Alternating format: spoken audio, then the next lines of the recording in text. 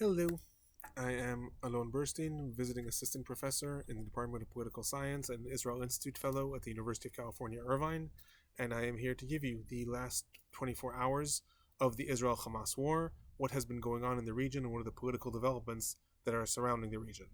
So it is currently the eve of October 17th, 2023 in the United States, and the morning of October 18th, 2023 in the Middle East.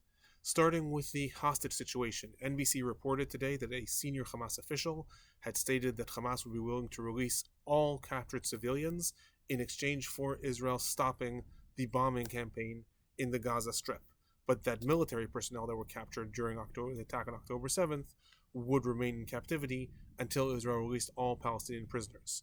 The story itself is more complicated than that. The NBC reporter stated that he spoke to Abu Ubaida, who is the spokesperson of the Al-Qassam brigades, which is Hamas's military wing, and asked for clarification on Abu Ubaida's statements from yesterday that the group would be willing to release all foreign nationals that are held by the group as soon as conditions permit. He asked, what does it mean for conditions to permit? Abu Ubaida said that Israel would have to stop its bombing campaign. And then the reporter asked, what about those Israeli citizens that are among the civilians? And Abu Ubaida stated, yes, the Israeli civilians as well. However, it is unclear from that if Abu Ubaida actually meant that Hamas would be willing to release all civilians, whether they are Israeli or foreign nationals, or if he was saying foreign nationals, including those who are dual citizens, Israelis as well as just foreign nationals, would be released. Either way, right now, that is all speculation. There's no reports of any negotiations that are actually occurring between the Hamas movement and Israel, and no government has reported about any such overture. Going on to the ongoing fighting, a hospital in the Gaza Strip, the Baptist Al-Ahli Arab Hospital, was hit today, and there are reports of anywhere from 300 to 500 Palestinians that have been killed. Now, both sides immediately started to blame each other.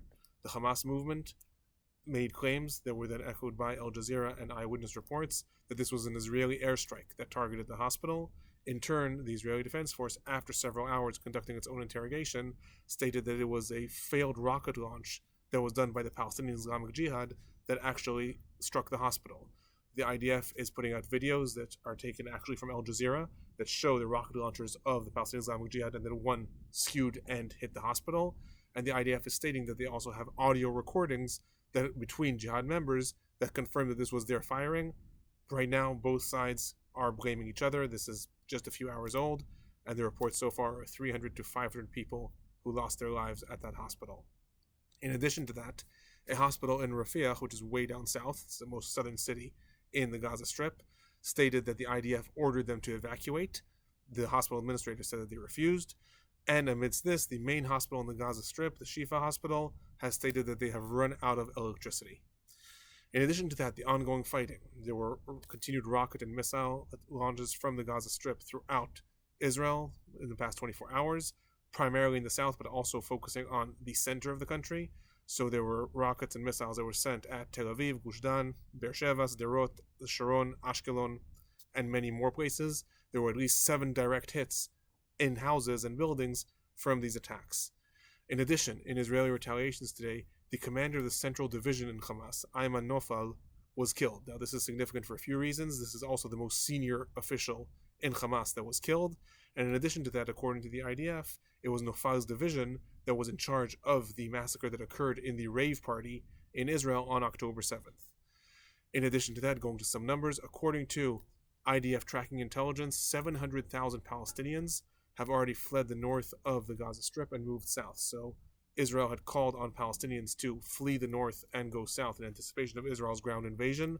The area that was been ordered to evacuate houses about 1.1 million people. According to the IDF tracking intelligence, this was reported in the New York Times, 700,000 people have actually already fled down south. In addition, the Gaza death toll has increased to over 3,000 Palestinians, although, again, that is currently fluctuating quite a lot given the strike in the hospital, and 12,500 people were reported wounded.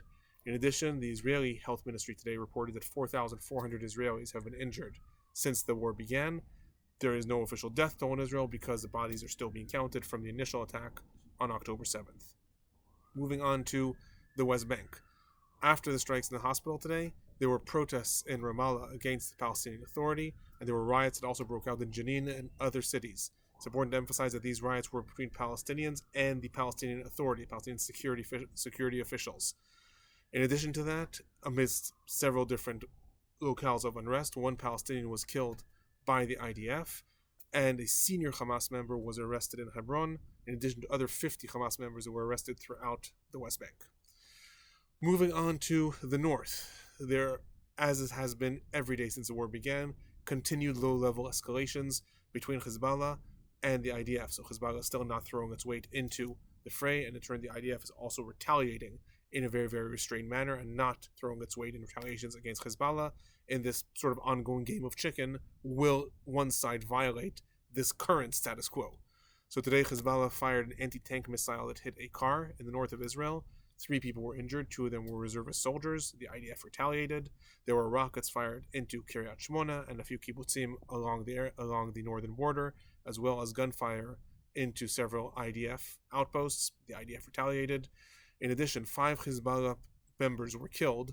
4 of them were killed when they were trying to plant an explosive device on the fence between Israel and Lebanon, and another one was killed in these different retaliations.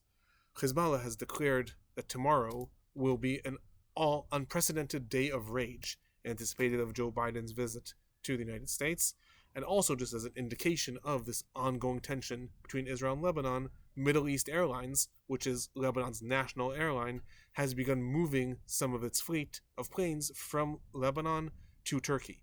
So this is an anticipation that if flare-up does in fact incur, Israel will retaliate against all of Lebanon, not just against Hezbollah, which Israel has promised to do in the past. Since 2006, it has said that if Hezbollah ignites the south of Lebanon or the north of Israel, Israel will retaliate against all of Lebanon. Middle East Airlines is seemingly taking that threat seriously and reading the political map, trying to move some of its fleet and hedge its bets to Turkey. Now going to some of the political and general trends that have occurred. So there was a wave of condemnations that came in against Israel in the initial reports of the hospital strike. U.S. President Biden is on his way. However, as he was boarding the plane, Egypt, Jordan, Saudi Arabia, Turkey, and Canada all condemned Israel for the accusations that it was the one that attacked the hospital. Russia and the United Arab Emirates both demanded that the Security Council at the United Nations be convened, and there were also riots outside the Israeli embassy in Jordan and outside the U.S. embassy in Lebanon. More importantly, President Biden was due after his visit in Israel to travel to Jordan, and there was going to be a large summit between President Biden, the Egyptian President Sisi, King Abdullah II of Jordan, and the Palestinian Authority Chairman Mahmoud Abbas. What was supposed to be discussed there, it is rumored, is what is going to happen in Gaza after the war. So Israel is threatening to remove Hamas from power, but what is going to happen next? So there are some talks that there was supposed to raise the idea that the Palestinian Authority would be reinstated into the Gaza Strip and how this would occur. However, after the hospital strike, Jordan announced that this summit is canceled. President Biden is not going to go to Jordan. The chairman of the Palestinian Authority, Mahmoud Abbas, also made a public statement saying he would not participate in such a summit after the hospital strike, and that is now off the table. In addition to that, the UN, while it also condemned Israel, stated that Israel's siege of the Gaza Strip and requiring Gazans to move south may be considered a war crime. In addition to that, German Chancellor Scholz visited Israel today and made a statement in addition to the U.S. statements in the past, also warning regional actors, quote-unquote, i.e. Hezbollah and Iran, from joining into the current conflict. The British Prime Minister is also expected to visit Israel next week. And finally, Iran stated today that the United States has sent messages through the United Nations warning Iran very, very explicitly that should they think that they're going to enter the fray themselves, they will face the U.S. troops directly. So this is a reminder that the United States has already sent 2 aircraft carriers into the region. Yesterday it announced it is sending 2,000 Marines to Israeli shores, and now it has made a public threat to Iran, saying should Iran enter the current conflict, they are going to fight the United States directly. Those are our updates from the last 24 hours. I'll be back tomorrow.